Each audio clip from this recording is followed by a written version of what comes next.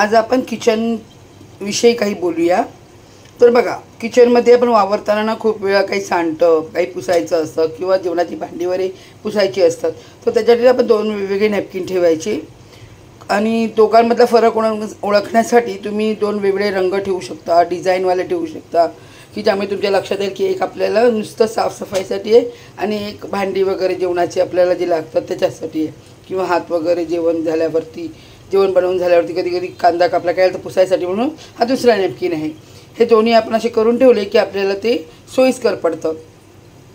आणि हे जे दोन कपडे आहेत ना, ते कधी आपण तेल सांडलं थोडंसं किचनमध्ये काय पडतं वगैरे त्याच्यासाठी हा कपडा आपण वापरतो।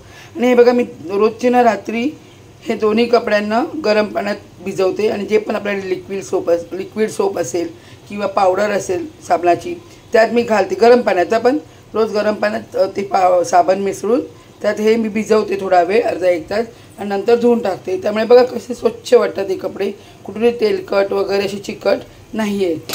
त्यामुळे कसं ना रोजचं रोज वापरायला हे छान पडतात, असं घाण वाटत नाहीत की चिकट वगैरे असे तेलकट झालेले।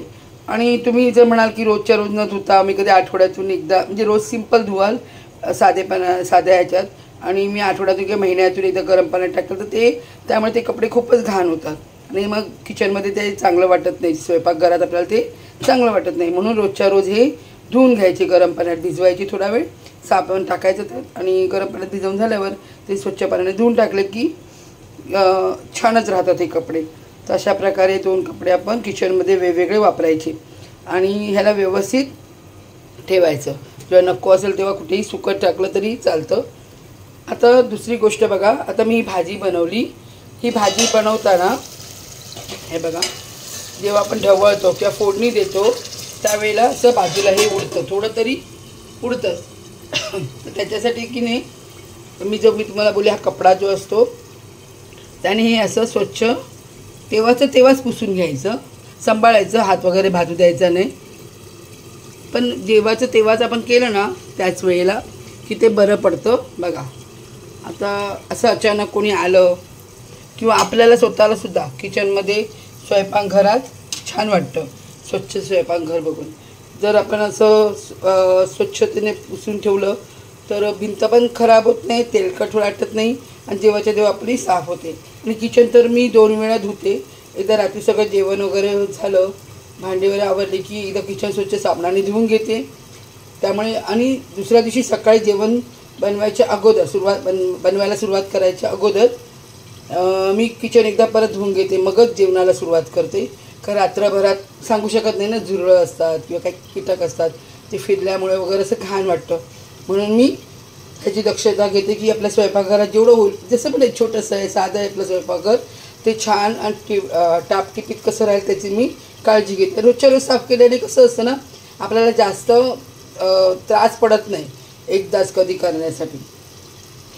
एकदा कधी करायला गेलं तर खूपच त्रास पडतो, त्यामुळे रोजच्या रोज केल्यावर काही त्रास होत नाही। आता बघा, हे आपण चमचे जे वापरतो जेवणाच्या वेळेला, हो की नाही, ते असे गरम होतात कढईत ठेवल्यावर, तर ते आपल्याला कुठेतरी ठेवायचे असतात। जर तुमचे ह्याच्यावर तुम्ही असे मसाले वगैरे ठेवलं तर हे खराब होईल, रोज सारखं तुम्हाला पुसावं लागेल। त्यापेक्षा एखादं भांडं घ्यायचं, त्यात हे असे चमचे असतात किंवा काविलता असेल, जे काय असेल ते असं तेलवालं वगैरे मसालेवालं असेल ते एखाद्या भांड्यात ठेवायचं, जेणेकरून तुमचं हे गॅस शेगडी जी असते ती खराब होणार नाही, की किचनचा हा टॉपवरती तुम्ही ठेवून खराब होणार नाही ना। सारखं ठेवल्यामुळे तुम्ही किती वेळा पुसणार, ते अशा प्रकारे तुम्ही करू शकता, भांड्यांचा उपयोग करू शकता।